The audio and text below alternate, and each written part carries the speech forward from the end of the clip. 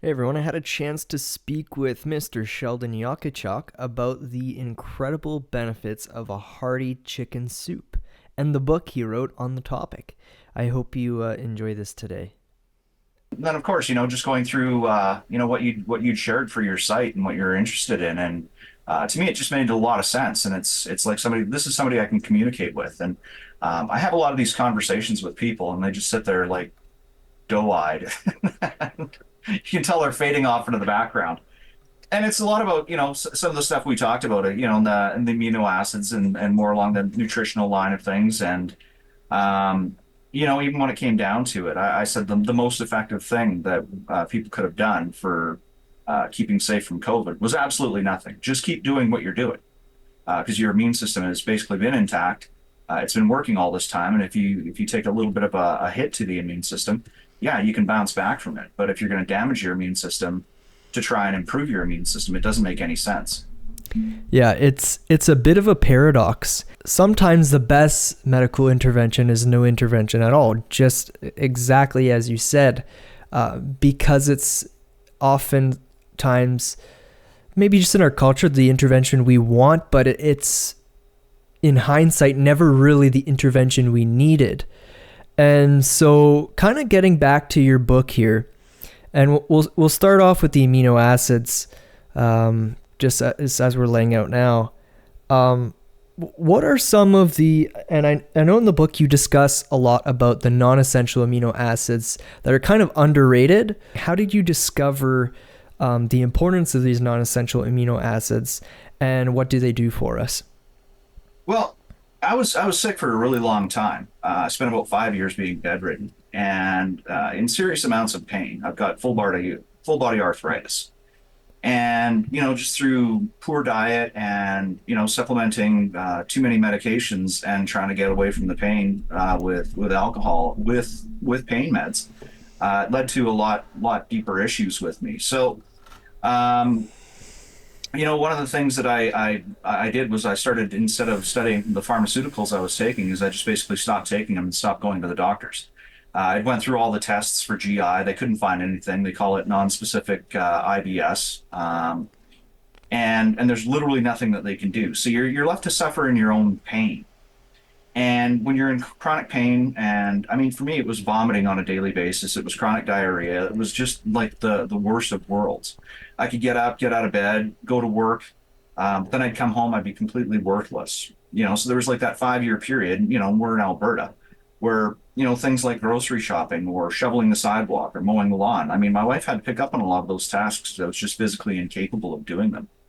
And that was pretty tough. And it put some strain on our relationship. And of course, having kids at home and that sort of thing. So, there was even 3 Christmases where I could be out of bed for, maybe an hour, watch the kids unwrap some of their presents, and then have to go back and lay down.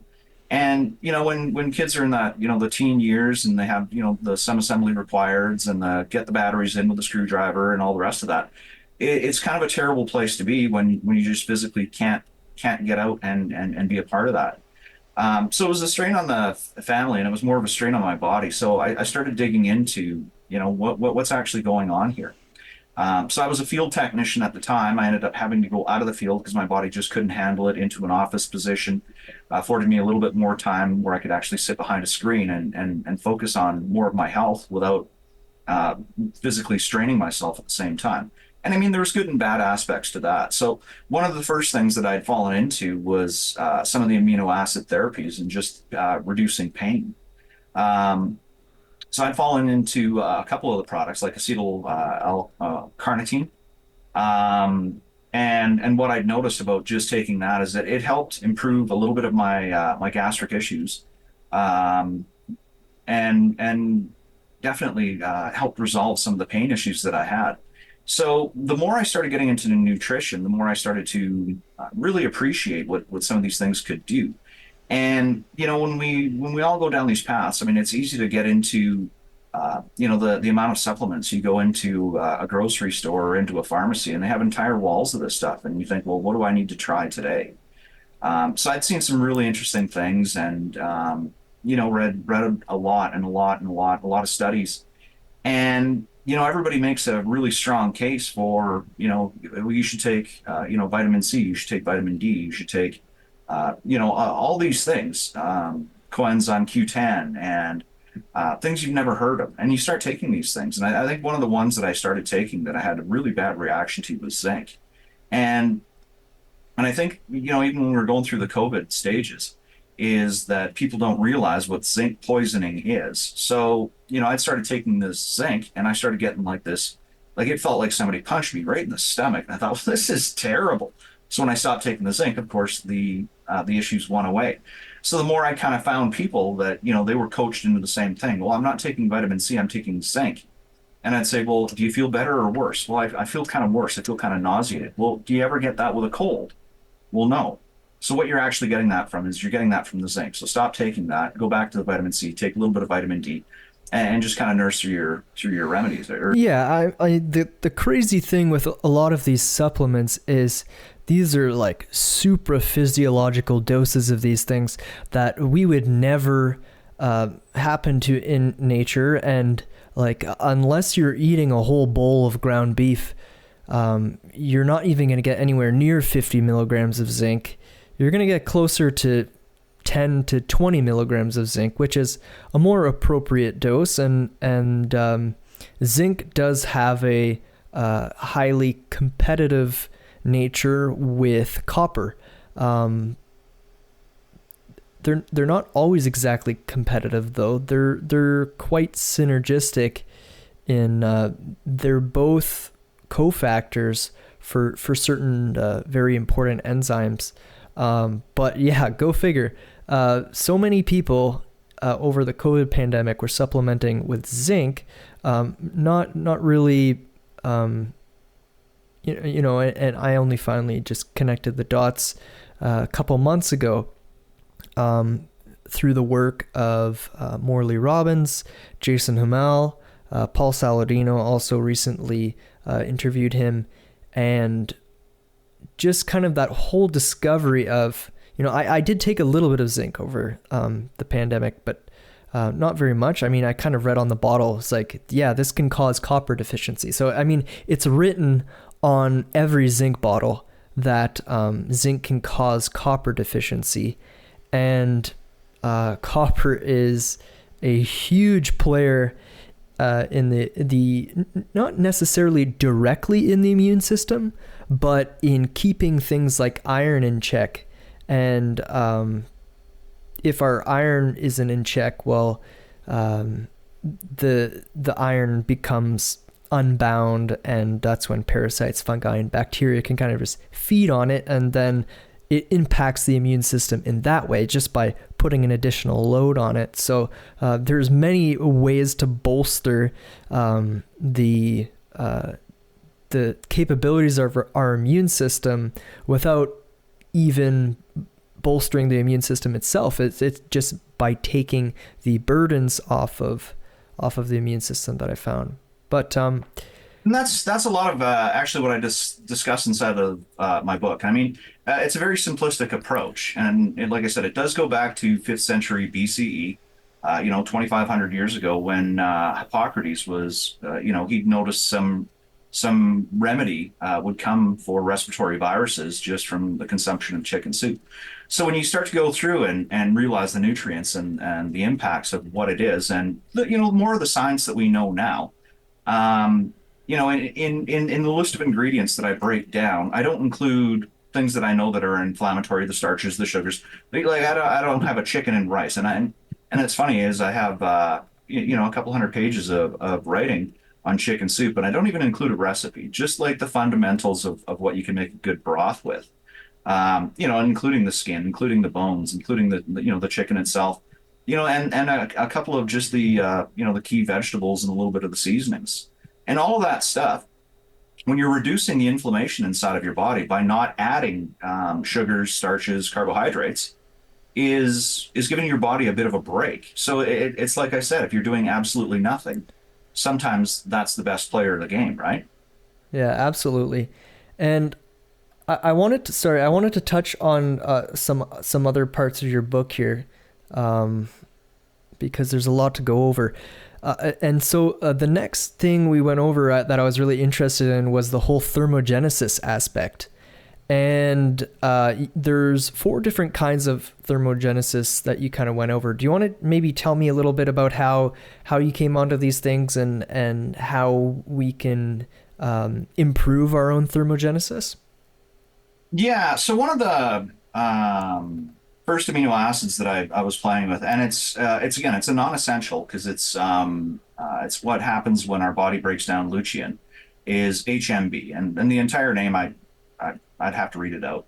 HMB is something that you can buy as an actual supplement, and what it does is it helps support the muscle. So, inside of consuming a piece of chicken, you're going to have a little bit of the branched chain amino acids. You have all the essential amino acids inside of the chicken that you eat, and one of them is lutein. And when your body breaks it down, it goes into HMB. And what HMB does is it actually produces what's called non-shivering thermogenesis. So a lot of people don't realize that babies can't shiver. Shivering is actually a very violent and unpleasant reaction.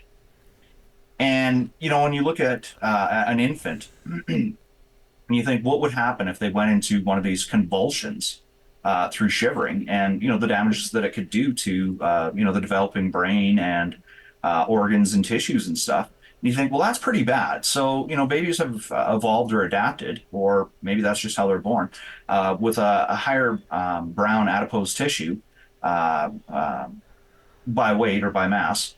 And what it does is it more effectively burns the white adipose tissue, and that's what creates the non-shivering thermogenesis inside of infants. Well, what HMB can do inside of adults is it do the same thing, is it can create this non-shivering process where you can still feel cold, but you don't go through the same violent reaction of the shivering.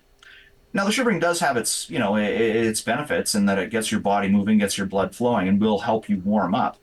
But if you're exposed to a light breeze, or you're out for just a walk anyways, not having to feel uncomfortable in an uncomfortable situation is actually quite a bit of benefit. And I mean, that's just over and above the thermogenesis that we're going to go through after consuming a meal, and all that food generating heat, because that's basically what a calorie is when we consume calories, right? It's food energy. It creates heat.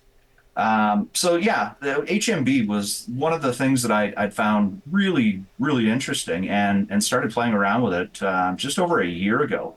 And, in addition to helping maintain muscle mass, which I think is especially important as we age, and as we're less active. We're less active as a species now. We spend a lot of time in front of idiot boxes, in front of computers, whether it's, doing actual research, doing actual work, or for pure entertainment, gaming purposes.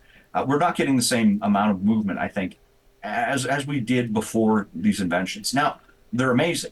They've connected, worlds together and brought so much information to our fingertips, but that's come at a cost where we're losing away on muscle mass. So, HMB, again, because it's one of the branched chain amino acids, will help maintain muscle. So, I mean, that's good in itself. And then the other one that I started looking at was glycine. So glycine is one of what we were talking about, one of the non-essential amino acids. And, glycine's important for a number of different reasons that, I'm still drilling into. But on the thermogenesis side of things is they have studies on glycines that it cools your core body temperature by sending more blood out to your appendages. So I mean, it's good for blood flow, but it's also good for cooling your body down. So in that respect, if we're outside, you go for a run on a hot day, and then you go into a grocery store where it's air conditioned, you cool off really quick, and then it gets to a point where it's actually unpleasantly cool. Whereas if you go in and you're at regular temperature and you go into a cooler environment, you cool off a little bit slower, and then it's a little bit more comfortable, and you don't go through that I guess that reaction. It's not the same impact on you. And then if you cool your body temperature down even further, that couple of degrees with something like glycine, where your core is not at peak temperatures, then again, it's not just a thermogenic factor. It's just that you could be a little bit more comfortable in a cooler environment. And in Canada, and especially in the wintertime, uh, kind of impressive and interesting things. But um, So is that related to the non-shivering thermogenesis? it's not. But when they did studies on sleep, I think it's the Sleep Academy, and I watched a really interesting video from Joseph Everett. He's on YouTube, is what I learned. He went through and did some, some recap. And I think what he'd said in the video is that the best temperature to have a room at, according to the Sleep Academy, was 18.5 degrees. So it's about standard. So, I mean, as we get older, you get more comfortable in your blankets and your habits. And, for my wife, she needs to keep the window open, even when it's, right now in Calgary, it's -30. Our window's still going to be open a crack. And, I can wake up and there'll be, particles of ice in my little beard here. So it's kind of cold. So it's nice that what happens is it actually cools your body down and gets you into a place that you're more comfortable, a little bit more relaxed, and that you can actually get longer and deeper periods of sleep. So not really on the thermogenesis side of things, just more on the body adaptation inside of certain conditions. Right, so more referring to the adaptive thermogenesis, kind of in accordance with environmental conditions. Okay. And then we do have another topic on the thermogenesis, is the diet-induced thermogenesis, which I think you touched on, but I'd like you to expand on that in a little bit more, and kind of tell us kind of what some warming foods would be, that what kinds of foods would warm the body up, and what kind of foods might make you feel cold kind of in a bad way. I don't think it's the ones that'll make you feel bad in a cold way. I mean, you have to have some serious amounts of something that can suck out the heat from your body. And there's nothing that we can consume that has 0 calories. Water, ice cubes. Sure, if you have enough of that, I mean, it's gonna, maybe make you feel a little bit uncomfortable to the point where you just refuse to do that. But when we're talking about diet induced, I mean, I think we can all kind of look at what we're going to eat on a hot, sunny day. And again, this is more for Canada than I'd say for some of the southern United States, or tropical climates, because they have a kind of a different philosophy on foods and a different adaptation according to their climates. But you think about going and having a large pizza or a big plate of pasta when it's 32 degrees outside, and you think, man, can I do that? Like, that's going to be one, really heavy, and my body is going to burn that, and I'm just going to be hot and suffer from that. So in the summertime, I think a lot of people will tend towards, more of the salads, or if not, more of the condiments instead of the heavy meals. We're not looking at putting a lot of big bricks into the fireplace. So when we look at things that aren't going to raise your body temperature that much, but will keep you satiated, it's in the heavy proteins. So having again been a field tech for a number of years, I was working on rooftops and working out in heat. And when you're on a rooftop, it's about 10 degrees hotter than what it is on the ground. So if it's 32 degrees on the ground, it's 42 degrees on the roof. And then when you touch shingles, it gets really, really hot. You still need energy to kind of go throughout your day. So what I'd found is if I loaded up with half a dozen to a dozen eggs, or a couple of sausage patties, I could go for a full 12 hours, not be hungry, still maintain my energy, and not overheat throughout the day. I mean, of course, you're still maintaining the consumption of some fluids to make sure that your body's hydrated. But again, when you think about, can I eat a dozen eggs and then go out into a hot climate? Well, no, but if you start off in the morning when it's 12 to 14 degrees, and then your body kind of adjusts, and as you're slowly burning off the calories, your body's still satiated. You're not going through those hunger pangs, and you have the food energy to carry you throughout the day, as well as I mean, it lends to our bodies are basically formed by function.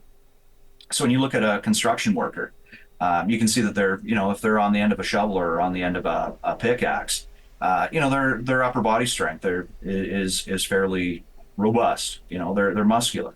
Whereas if you look at somebody that's sitting behind a computer all the time, they're not going to gain the same muscles in the same places. So, when we look at how our bodies are supposed to form, our bodies are formed to the tasks that we do. And supplementing that through our nutrition is basically what's going to give us our best outcomes. If your movement is light, I mean, make sure you're low calorie. If you're moving a lot, you have to consume more energy in order to maintain those energy levels. And I think there's a big difference in what we look at by way of health. Everybody looks at Arnold Schwarzenegger and thinks, that's the body structure that we should have, and that's what real health looks like.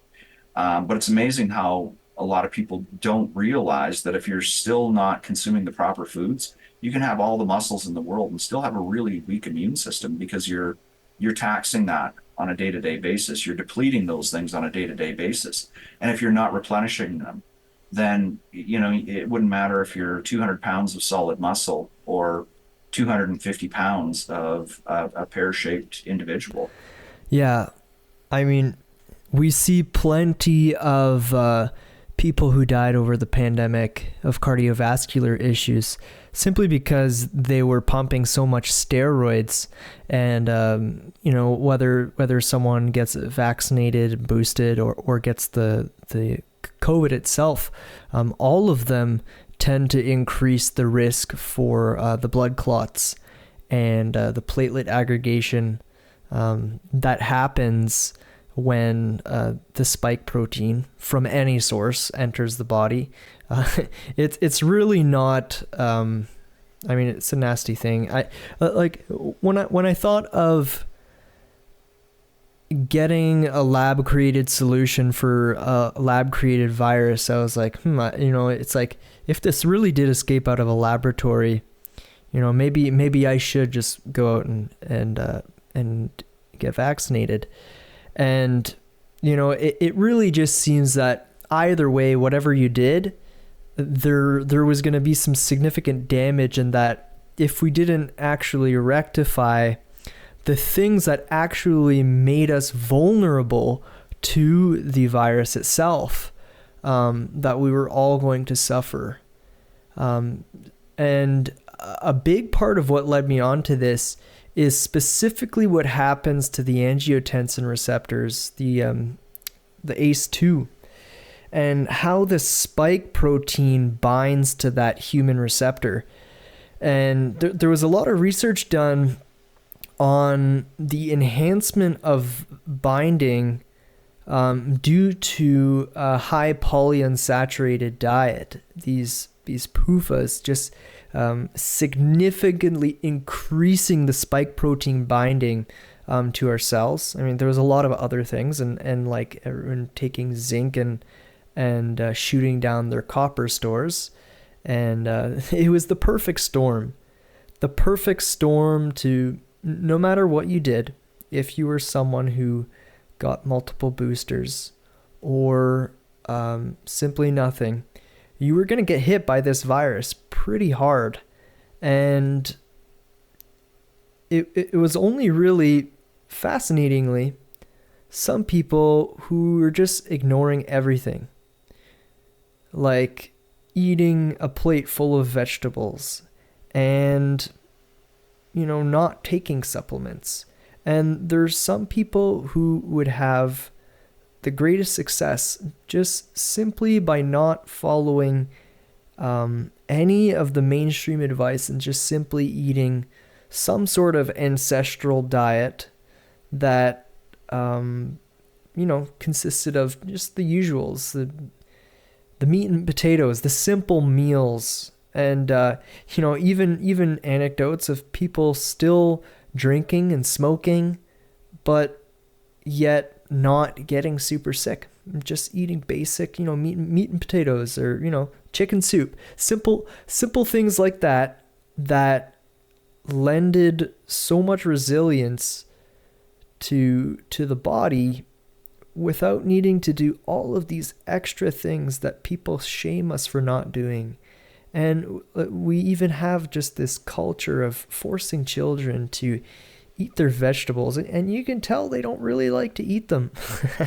And yeah, we're just ignorant of this culture shift that's happened. And I think the immune system, just like our bodies, I mean, we have a basal metabolic rate, our BMR, right? The amount of calories that the average person of the average weight, of the average height, with muscle, is going to go through in a day. And the BMR, basal metabolic rate, is based on how much energy your body needs to keep your lungs going and your heart. See, I think there's a kind of a homeostatic immune, in the same way that we have a BMR, our levels of immunity. So our bodies are actually like these supercomputers, and they learn to adapt.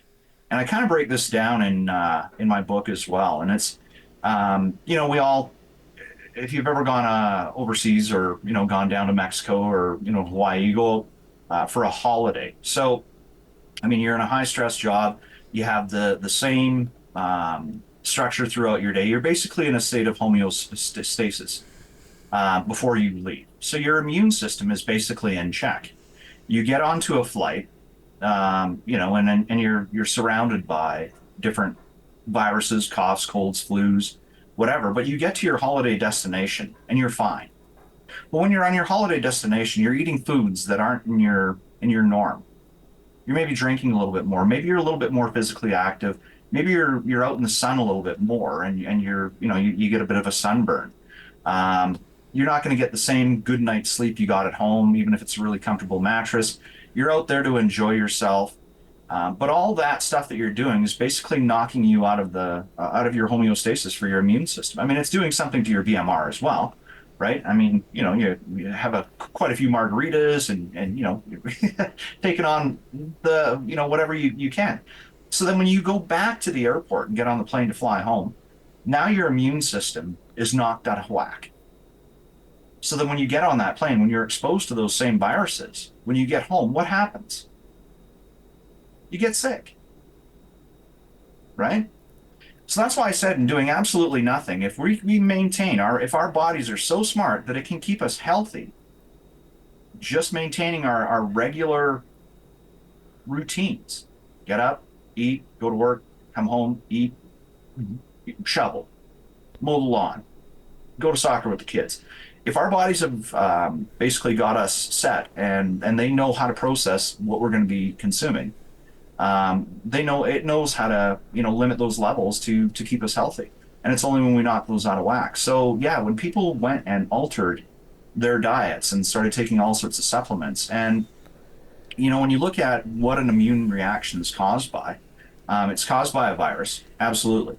But it's also caused by something as simple as stubbing your toe. You're going to have the same immune reactions in stubbing your toe as you can to a virus, and same as you can to being poisoned. So, when you appreciate that there's all these things that, all these immunological things that are going on inside of your body, the best things that we can do for ourselves is just try and keep ourselves in those comfort spots, in that sweet spot of just existing. Homeostasis. Yeah. The whole idea of homeostasis is great. I think in a world where we're not surrounded by all of these new technological advancements, and the simple meals, don't touch a supplement, and just do some physical labor outside, and I think we've mostly left the labor force, and we've moved into offices, and that's something you touched on earlier. And I think we've just really come to a lot of lifestyle toxins, a lot of food supply toxins, and a lot of these things is where we almost can't keep up with regular food anymore. And I think it would still be possible if we just had a little bit less of a toxic burden. And the unfortunate issue is that regular staple foods that used to be great for us are now adulterated and no longer clean. And not only that, not only are they made poorly, but they're also being fortified with incredibly synthetic and strange compounds, more so vitamins and ferrous iron. And we didn't used to fortify our milk with vitamin A and D, and we didn't used to fortify our flours with iron, and we did not used to fortify any of the other dairy products like butter or any dairy for that matter, even cheese. And so we're pumping because the nutrition of the food went down. And this is another thing you touch on in your book, and I think is probably one of the most significant things that stuck out to me, is that we're in a game of numbers. And so when you look at the nutrition facts of foods, all of these numbers are artificially inflated with almost useless synthetic vitamins. And you go and you compare it to your chicken soup. And while your chicken soup might have lower numbers of all of these vitamins and minerals, they're far more bioavailable and they're far more balanced. They're in a whole food matrix. I mean, the second you put vitamin A in milk, even if it's a milk that's sitting on the shelf that came from cows, it's not a whole food anymore. It's been, not only was it adulterated at the factory by keeping cows enclosed in very tight spaces and feeding them weird food, the milk was also adulterated as it went into the large cauldrons and pasteurized and destroyed all the enzymes and denatured the proteins. And so in your book, when you're talking about all of these numbers, now we're just in a game of numbers, and I really found that to be probably the most significant thing in your book, is that we're in this whole game of numbers of fake nutrition facts. Well, and that's it. Like we even talked about, a little bit about the vitamin D and what people were taking. And, I'd sat down with it one time and, there's guys saying we should take 10,000 international units of vitamin D. And I thought, what does that really look like if we were, if we were the hunter-gatherers of yesteryears? What does that actually break down to? And it was what, like 130 eggs or like some crazy number. And I mean, to think that you'd have to consume more than a dozen eggs, more than 6 eggs on a day-to-day basis to keep that vitamin D up, because cavemen weren't going out to out in the prairies or out in the plains and plucking a vitamin D off of a tree. They would have to get it from a natural food source if their bodies are the same as they are today. And I mean, sure, there's been some adaptations. I'm not going to try and change that, but have we changed that much that we would require that much more vitamin D to get it up to 10,000? I mean, if we're deficient, sure. But I mean, people's like, they're talking about doing this for like years of taking that much vitamin D. And when you think, when you're taking that much, what is it offset? Because there's always balance inside of the body. So you're either creating expensive pee where your body can take it in, process it, and you're going to urinate it out. But something like D, A, D, E, and K, those are your fat solubles. So I mean, that's not something you're just going to pee out. So when you take these large boluses, sure, they're safe. I mean, there's no LD50 on vitamin D as near as I know. But at the same time, what is it knocking out of whack when you're taking that much? And Yeah. I don't think we know. And so it's like you said, when we're taking these things in a food matrix, that's basically how our bodies were meant to process these things. Each one of these things supporting other things. And again, coming from a world of supplements where I've tried, I've got a box of supplements. I've got so many supplements that I've actually taken a lot of or some of the amino acids that I have and some of the compounds and stuff. And I've created a synthetic sweat. Now, you might want to ask, like, why would anybody want to create synthetic sweat? So, as a hobby, I do some laser etching. And, it's kind of cool to do on, like, tile or on wood or leather, that kind of thing. But yeah, here's a good example of what happens. When you sweat and you go out into the sun, you can see in my hat here, it bleaches out. There we are. There we are. it bleaches out the colors. So what I actually wanted to do is see if I could take some of the same amino acids, and then something like vitamin C, mix it together, create a synthetic sweat, put it onto a fabric, and then see if I could actually laser etch it out. And you can, and it's actually pretty cool. Fun stuff.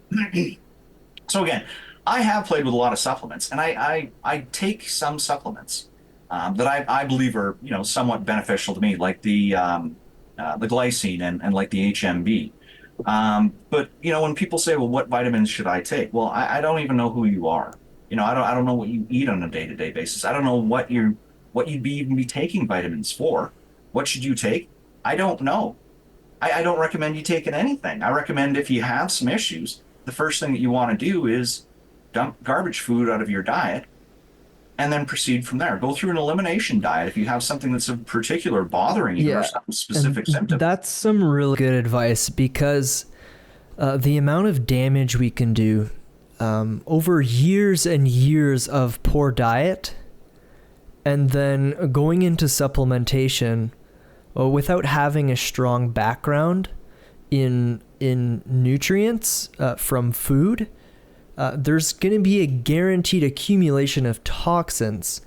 And the last thing you want to do is start experimenting, and some of us learn this the hard way, is start taking some supplements that are going to enhance the function of your body while there's nutrients in your body that are in appropriate ranges. Like, for example, if you start supplementing with copper in the presence of a high polyunsaturated diet, your body is going to use that polyunsaturated fat as a building block in the myelin sheath of your nerves, and you'll actually accelerate the neurodegeneration, things like Alzheimer's and things. So something very good could actually progress you to Alzheimer's much quicker. Something that's good. And that's why everything is so context dependent. Everything, and there's such a broad nuance in taking all of these supplements, especially one when they're not balanced and there's a presence of toxins already in the body. And we really need to be extremely careful when it comes to these fat-soluble vitamins, like you were saying. And we should, and again, like you're saying, I'm going to reiterate that we should clean up our diet first before we introduce any supplements for quite a while. I don't know what this time would be. It'd be different for everyone. It depends on the background, and we ought to kind of figure out a framework to determine what is someone's background exposure to different toxins. And in the book, you touch on confusion, I think, and that's actually at the very start of your book. You talk about the confusion kind of in the marketplace. Eggs were good, then eggs were bad, then eggs were good, and now they're bad again. And all of these things, and maybe you can touch on that. Well, and I think that's it. I mean, mainstream legacy media hops on anything that looks good or looks bad. And, they find one compound inside of an egg or something like cholesterol. I mean, the cholesterol lie has been debunked 1,000 times over. Same thing with, regular red meat. There's still people banging the same drums. And, when we talked previous, I talked about two different books. And one was by Upton Sinclair, The Fasting Cure. And then the other one was by Dr. James H. Salisbury, and that's The Relation and Elimination of Diet and Disease. So really two different standpoints, but they're both from about 150 years ago. And the fasting cure was what Upton Sinclair was kind of talking about in how to cure the body by letting the body do its own thing. So, that we now know as a process called autophagy. But he brought it down to, when farm dogs would get sick and they would take it to this vet. This vet would just lock it up into a shed and give it a bowl of water. And then like an old leather boot. And when it started chewing on this boot, the doctor knew that it was actually starting to feel better. Because animals are a lot smarter than people. We've been told that if you're sick, you still have to eat because otherwise you're going to get sicker and die. Well, animals, that doesn't happen in the animal kingdom. When animals get sick, they stop eating. Now, a farm dog's a little bit of an exception because farm dogs, they always throw out slop and whatever, or you have other farm dogs. So you don't want your dog getting into other things if it's already got some issues, right?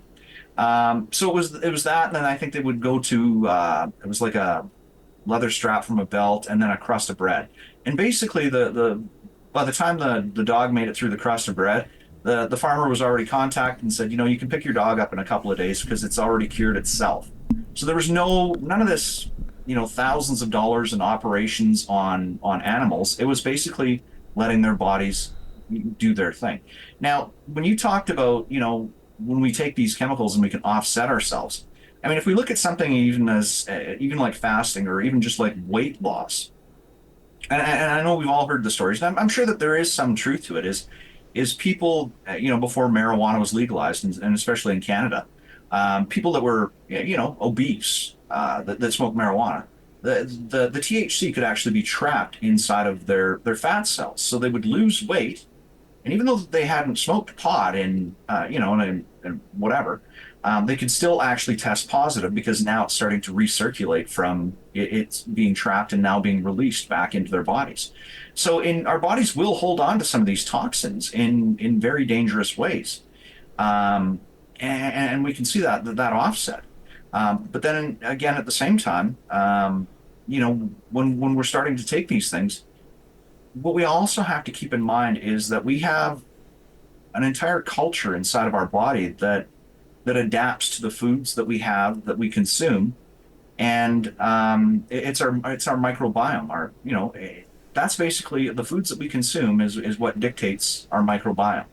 If we feed a lot of bad food, we have a lot of bad bugs inside of our stomach.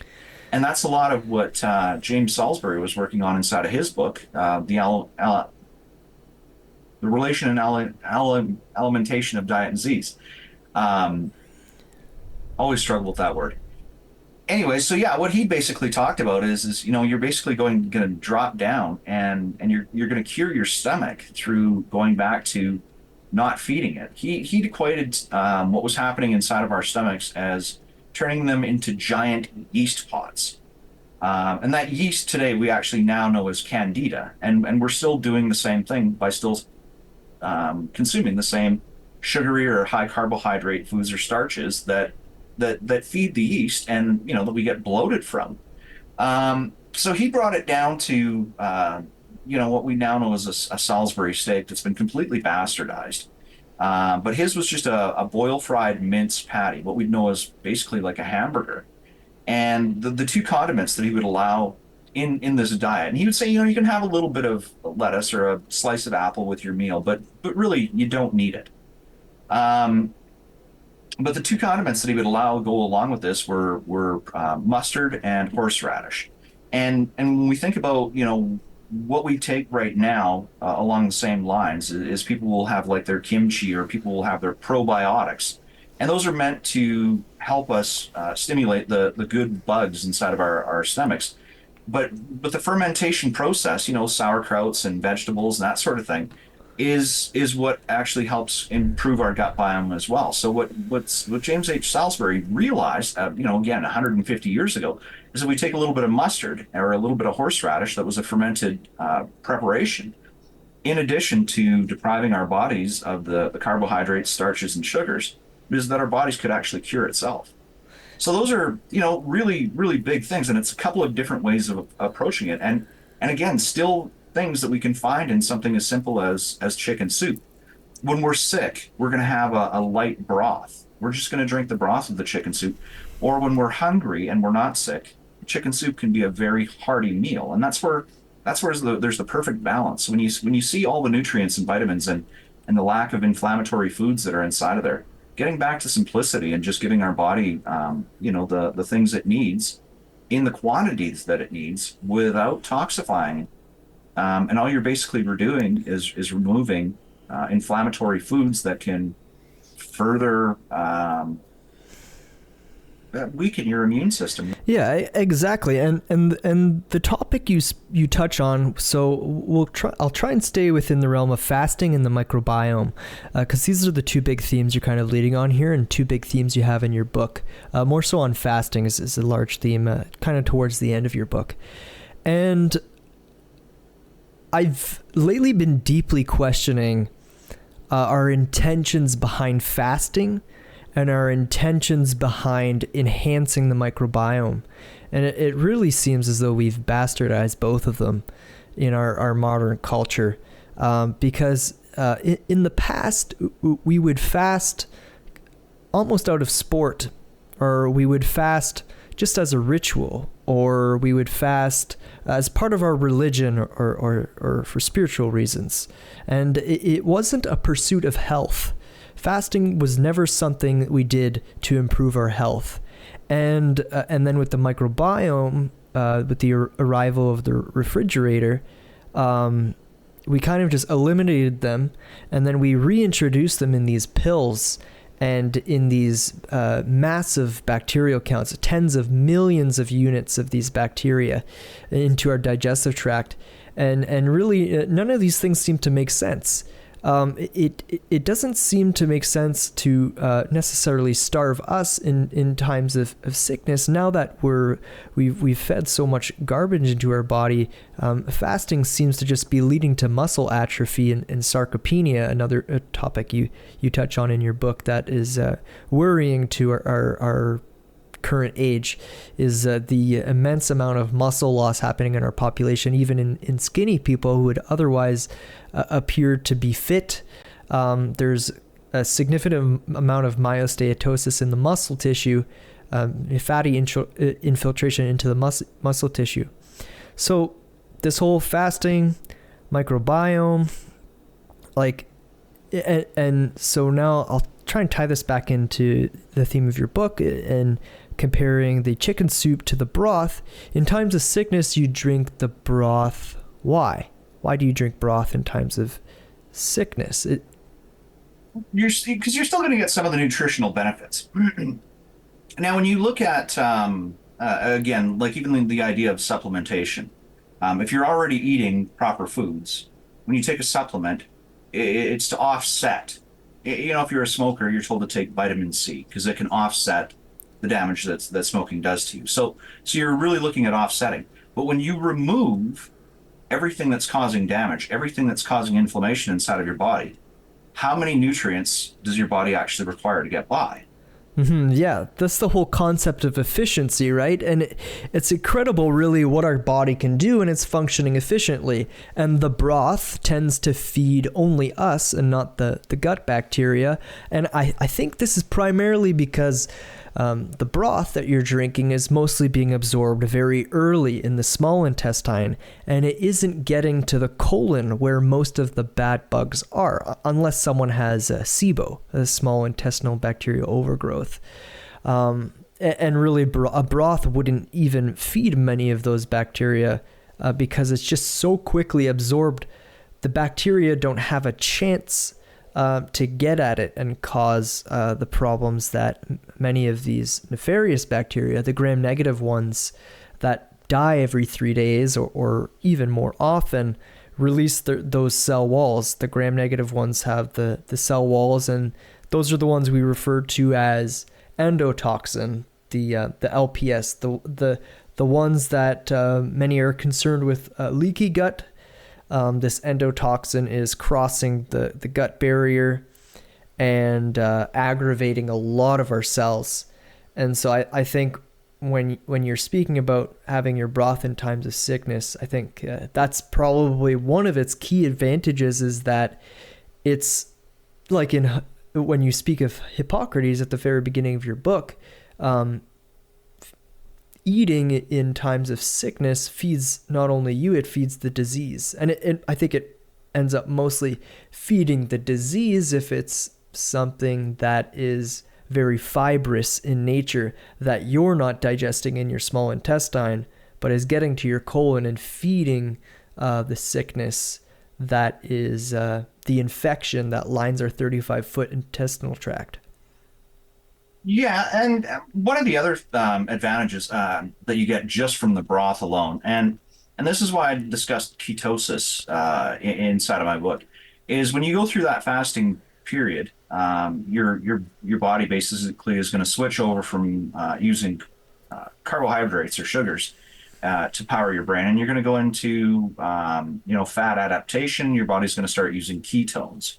When you start to go into ketosis, it can be quite traumatic as well, because when your brain is going through that change, is you start to get what's called a keto flu. So you get like these massive headaches, and everybody knows that's tried a ketogenic diet is the best thing that you can do is have a bone broth, and that's just simply because you replenish your electrolytes and you get a little bit of the fats from it. So in addition to just giving you like the smallest amount of nutrients that your body can really live off of, is you're also giving yourself the electrolytes that's going to keep you from worsening your condition by going into a fasted state ketogenesis, where you're going to really start to suffer again. True, yeah. So the broth is giving you the electrolytes as well, like you're saying, that not only hydrates you, but the electrolytes help with the peristalsis of the gut to try and empty your gut out. So if you can empty your gut out, you can flush out a lot of the toxins and a lot of the excess bacteria that might be growing in your colon, and perhaps for that reason that you stated, it also carries the benefits. Now, when it comes down to fasting and muscle loss or sarcopenia, I don't actually believe that's the case. So what they've actually found is through fasting, is your body will go through a process called muscle sparing. So, I mean, the white adipose, the fat that we carry, is stored energy. So, and you know yourself, when our bodies need something, they can produce certain things. If our brains need a little bit of sugar, our bodies can go through a process called gluconeogenesis, but it's a very expensive process, and it's a very taxing process, right? So instead, our bodies are going to rely on, the methodology that they basically, come into existence to do. So the first thing they're going to do is they're going to break down the fats. Now, there isn't a person on the planet that has 0% fat. So when you do go into a fasting process, your body's not looking to catabolize the muscle. What it's doing is it realizes it has all this stored energy inside of you, and we're going to start burning those fat cells, or we're going to start reducing the fat cells, using the fat as energy. So the breakdown in sarcopenia is, I think it's a lot more immune related, and even just more as I'm kind of diving into glycine and choline and the importance of these things is, our muscles store basically immune energy. We can get immune energy from a couple different things, but one of the first studies that I tripped upon in the COVID world that started to make sense, or started to really put the pieces together for me. So it's called the powerful immune system, or the powerful immune system against the powerful COVID-19. And it's a hypothesis. But basically what it says is if we increase the amount of ATP, adenosine triphosphate in our body, that's basically what powers our immune system. Well, our immune system, or when ATP is used up by our cells, it downregulates into adenosine diphosphate. And in order for it to be replenished, is it uses creatine. So, creatine is something that a lot of people are familiar with if they work out a lot. It adds some moisture. They say it can add a little bit of moisture, help replenish your muscles, give you energy for bursts of, for running or biking, that kind of thing. But basically, we have a lot of creatine that's stored inside of our muscle mass. So our immune system has a battery that's inside of our muscles. Our energy levels is powered by fat. So we're basically a hybrid vehicle that's on the road these days, right? And that's why I say, when you look at somebody like Arnold Schwarzenegger, he's all muscle, but if he's not replenishing his creatine stores, even though, he still has the muscle, that doesn't mean that there's any gas in the tank. One of the, I think there was a kickboxer, and, he was muscular and whatever. He died supposedly of COVID, and this was like one of the early cases in, I think, 2020 or 2021. And they said, see, even healthy people are dying. Well, the guy's a kickboxer, which means he's training on a regular basis, and he's taking blows to the head and blows to the body. His body is always going through this immune process. It's constantly being taxed. And if he is not supplementing in the correct amounts of creatine or the substrates that make up creatine, the amino acids that make that up, then he is not going to be able to replenish his immune system. So when we see this, when we translate this, is as people get older, as their teeth fall out, as they do less, when we do less, we're not maintaining the same muscles. And this is what we talked about, as we're sitting at desks instead of being out at the end of a pickaxe, we're not maintaining the same muscles. Muscles are dependent on motion, on activity. They're also dependent on the consumption of the amino acids that make up those muscles. So as we get older, people go into that condition, that sarcopenia condition, that catabolic process.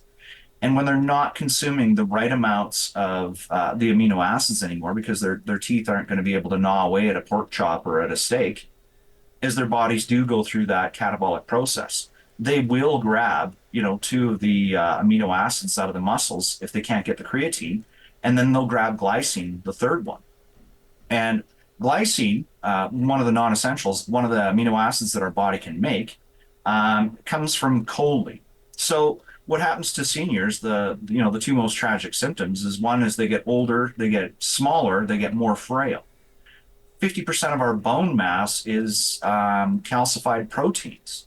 So when they don't have enough creatine to replenish their adenosine triphosphate, their body starts to consume the bone. It starts to consume their muscles, and they start to shrink. And that'll get them to the amino acids that they need to build creatine to replenish their immune system. The other one is choline. So choline is such an important part of, the energy that we have inside of our brains, that when people go into a state of dementia, basically what's happened is, and this is what I believe, is that they've depleted their stores of choline because the choline has downregulated into glycine to pair with the amino acids that are being shredded out of their muscles in order to keep. And so then what happens? You start to see the protein misfolding, the amyloid plaque buildup. But do you think that's all as a result of choline depletion? No, I think it's all part of the immune response. So, not just sarcopenia, but cachexia as well. So when somebody's got a chronic condition, chronic illness, cachexia and sarcopenia are much the same. Cachexia is just more associated with chronic illness. And what it is your body is just constantly needing more energy for its immune system, so it breaks down faster. As we get older, the process is slower, but they're the same processes. Our bodies are consuming itself in order to feed our immune system, in order to keep us alive longer. And then when we get to that point where we've depleted so much choline from our brain, one of the types of dementia I believe that we suffer from is just a more humane way of our body saying, we're not going to let you suffer. We're not going to let you remember how much pain you're in. It's time for you to go.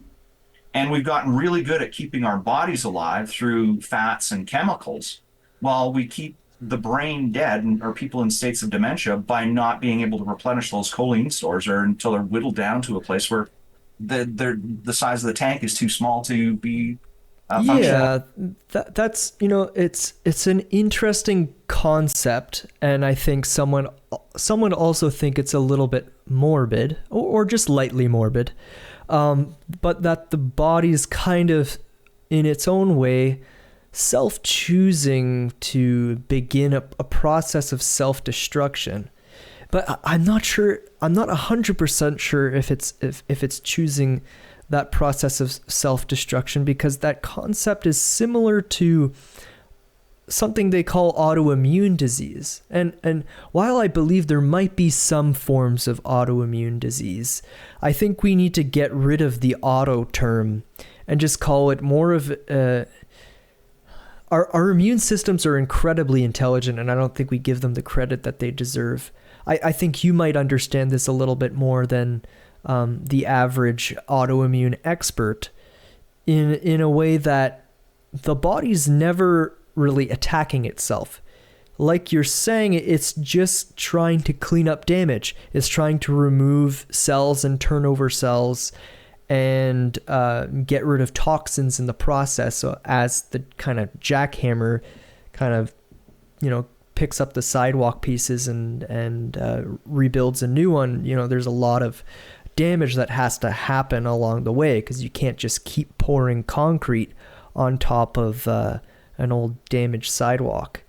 And that everything is very multifactorial, that there's no single one reason for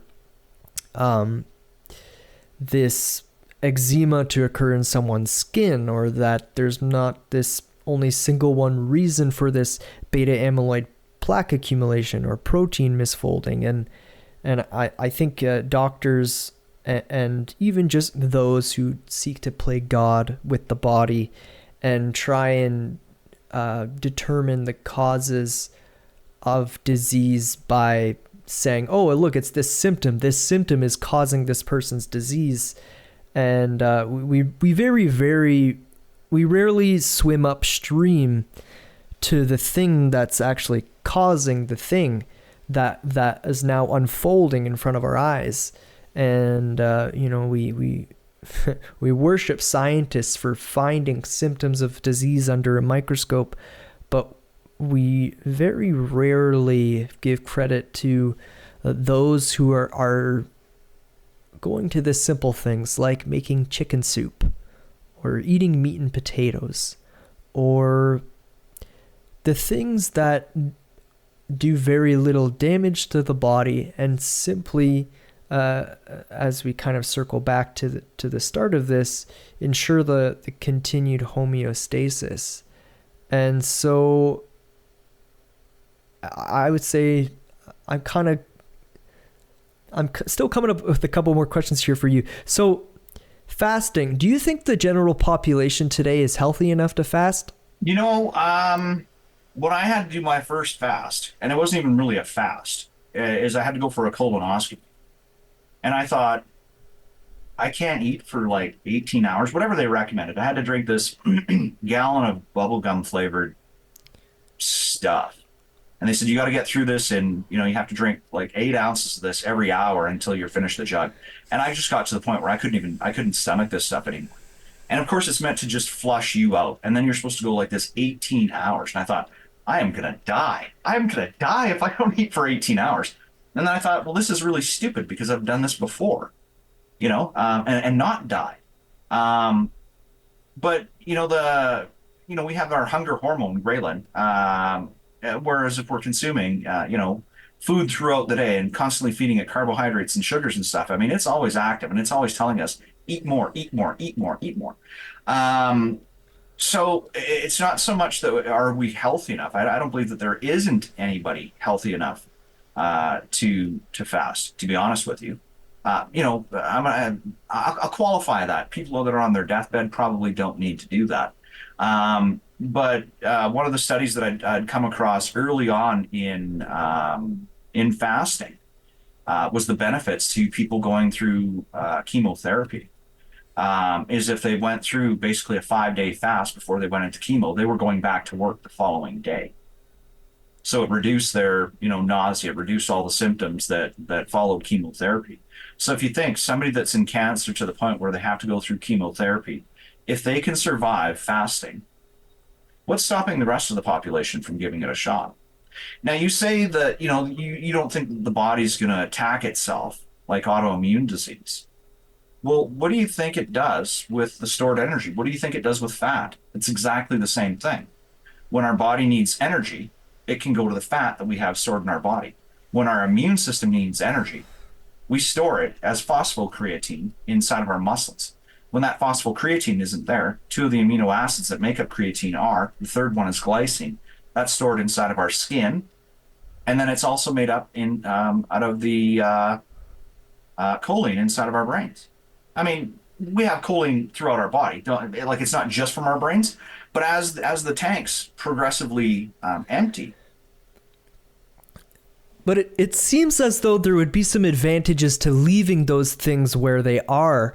And that's where they're very useful, leaving that choline in the brain and leaving that phosphocreatine in the muscles, and leaving and I'm even seeing proponents of intermittent fasting starting to kind of throw in the towel and say, well, it's not really leading to gains in muscle. And while there may not be severe sarcopenia in certain instances of fasting, they're not gaining anymore. And and there are some people who, even in bouts of intermittent fasting, are losing muscle, not just muscle volume from the creatine losses, but significant amounts of muscle volume, and that the massive hit on their basal metabolic rate is leading their metabolism to drop, and then we have a post-fast gain of adipose tissue. So we're, in some instances, it does seem like, yeah, and so perhaps part of it is because we're just so overloaded with toxins that the metabolism takes such a hit. Like one thing for sure is the massive accumulation of polyunsaturated fats in the tissues, and that when we fast, a lot of these polyunsaturated fats are released and cause a lot of oxidative damage that then has to be cleaned up, and so then the muscles are depleted. Whereas if someone fasted in the state of, instead of having 20% tissue saturation of polyunsaturated fat, they had more closer to an ancestrally appropriate 5% or 4% or 3% saturation of polyunsaturated fats inside of their fatty tissues, you're not seeing all of this oxidative damage, and this state of fasting might actually not be as damaging. So in addition to perhaps preparing for a fast, I think it could take someone 2 years before they could get to a point where they would be healthy enough, just based on their tissue saturation of polyunsaturated fats, to go ahead and do a fast in a way that might be healthy. Now, do you have any other recommendations for someone who is going to do a fast, but perhaps instead of going completely without food, what if they just considered their fast something like you did in your book? Just, they're not sick, but they just choose to, out of the intention, to just drink broth for a couple days. No, and those things are fine. In leading up to a fast, the worst thing that you could do for yourself is set yourself up by failure by going out and having like a huge calorie hit. The benefits of fasting come when all the carbohydrates and sugars are basically burned out of your body. So, if you go out and have like 6 cheeseburgers, eat a pizza, and have a couple of milkshakes, and then go into a fast, you're going to suffer terribly, and you're not going to have a good time with it. If you go in with a clean diet, protein dense, and then you work on your periods, even going from something like intermittent fasting, where you're regulating. And intermittent fasting is only an 8-hour time window, so I mean it's not that big of a deal. If you don't have your first meal until noon, you can still eat up to 8 o'clock at night. And inside of that, I think a lot of people get lost on, they're losing gains from, they're not seeing the same muscle building. Is if you're not consuming excess amount of calories and proteins, how are you going to build muscle? If you're only feeding your basal metabolic rate inside of your time-fed window, you're of course not going to gain any more mass. You're using everything you got. But yeah, no, when going into fasts, if you have a clean diet, it's a lot easier to go into a fast. The first fast that I did is I fell into this program. I think it was called Juicing by Joe, some Australian guy, and I think it's his thing is fat, sick, and nearly dead. I think that's what. Yeah, I watched that documentary actually, and I was very, very young when I watched it. I tried it. So I went out after watching this, and I kind of got into the hype, and I went into that for 10 days, and I got to tell you, man, worst 10 days of my life. Because you are afraid to fart, man, and you do not walk past a washroom. Like, you've got nothing but sludge water coursing through your guts. It's a terrible feeling. Well, one of the main things I'm it's a huge bolus of vitamin A, and it's massive, and it's not the vitamin A that's easy to absorb. And I'm not a big fan of the other retinol form of vitamin A either. just because we already get so much of it naturally from our diet. But to then go and consume a diet that is almost pure carotenoids, I could imagine that would cause quite a bit of gastrointestinal discomfort, on top of all the other things like oxalates and lectins and phytic acids and all of these things that are found in dark leafy greens and other leafy greens. Well, and then there's the other side of things, like when you go through the actual preparation of this. So you got to go through an immense amount of vegetables, and they're not cheap in Canada, and they're not cheap in Alberta. So I mean, you're using a lot of the same things that you can pick up that are cheap. Like back in the day, it was romaine lettuce for me, and it was like a lot of celery, and celery's particularly hard. If you have too much celery juice coursing through your guts, it's terrible. So you make this sludge, but you got to do it on a regular basis. You got to do it every night so that you have fresh juice for the next day. Or you make these batches. So I'd make these batches and I would throw it into like these plastic jugs, and this stuff would swell up. So you twist the cap, and it would basically like explode.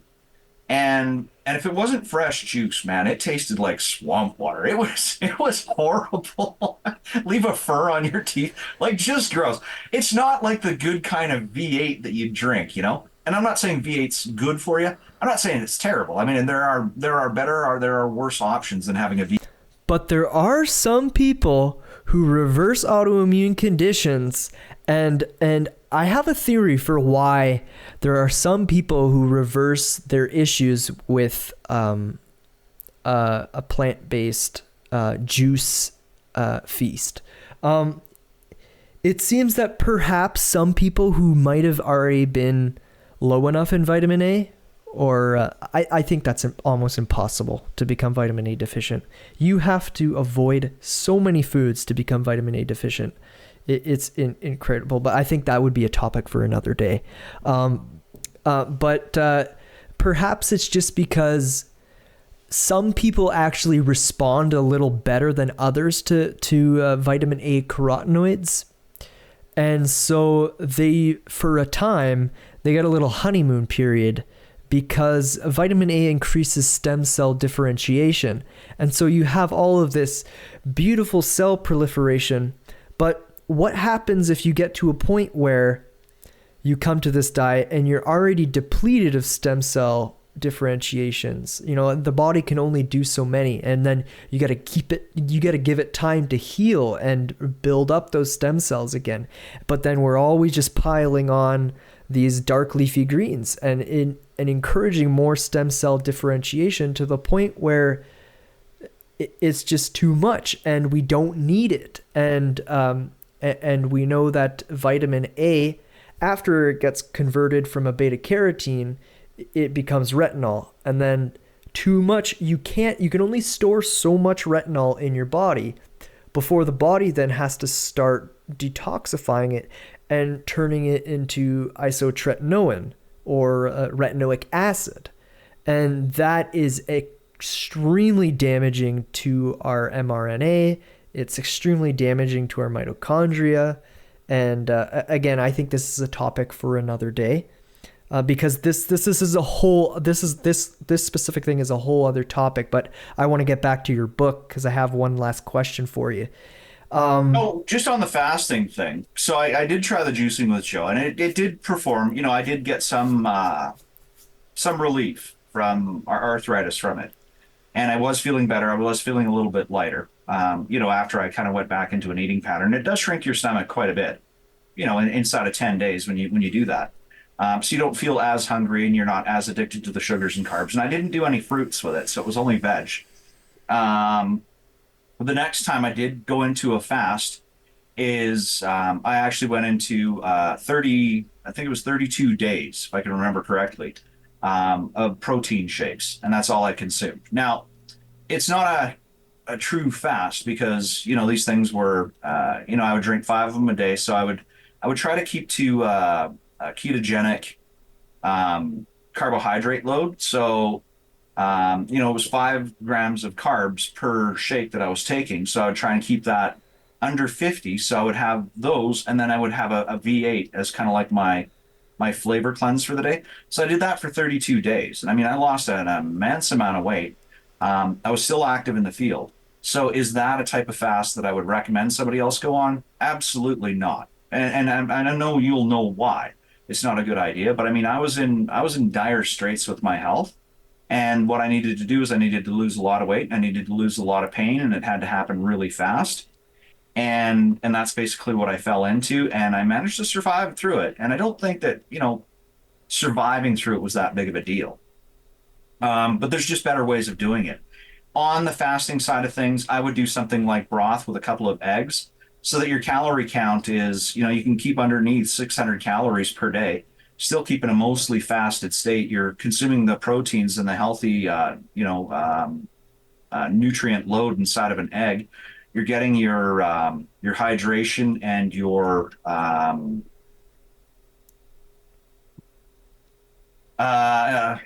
the amino acids. You're getting your hydration and the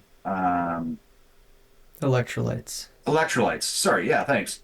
And the electrolytes from the broth. So I mean, I could do that 10 days, without blinking an eye, and I'll have 4 to 6 eggs over, 2 pots of broth, and it's nothing. You can do these things, keep your body, still with some energy, still with some healthy fats, still getting the nutrients, and still performing, and without missing a beat. Yeah, But for sure. anyways, go ahead with your last question. Sorry, I just wanted to throw those in there. Yeah, no, for sure. It's important stuff. And yeah, that was kind of completing my last question as well. So perfect on that. Yeah, my last question is, if you were to recommend a keto diet with a low polyunsaturated fat, perhaps below 5% of calories, how would you go about that? Yeah, I wouldn't specifically. Again, we're all different people, and when you look at the way the food pyramid is designed right now, it's basically designed not by way of health. It's designed by affordability. So there's no scientist in the planet or no food scientist or nutritionist that looks at the food diagram or the food pyramid or the standard American diet, looks at it and says, yeah, that's the exact way we should learn how to eat. They know it's wrong, but it has to go under affordability. So they try to build it more along the lines of other diets that have kept people alive. And when we look at it, it's not healthy. Do I recommend people going to a keto diet? Keto diets are really tough, and they're really tough because of the amount of fat consumption that you do need, the polyunsaturated fatty acids that you have to consume. And when you think about people, guzzling gallons of olive oil or eating scoops full of coconut oil, or drinking their bacon fat. I'm not saying it can't be done, but it's fucking gross. Like it's terrible, and I can do it. And I don't have a problem with ketogenic diets. I mean, I'm more into protein dense, low carbs for myself personally, as a trek, but I don't think that my diet necessarily translates to everybody else.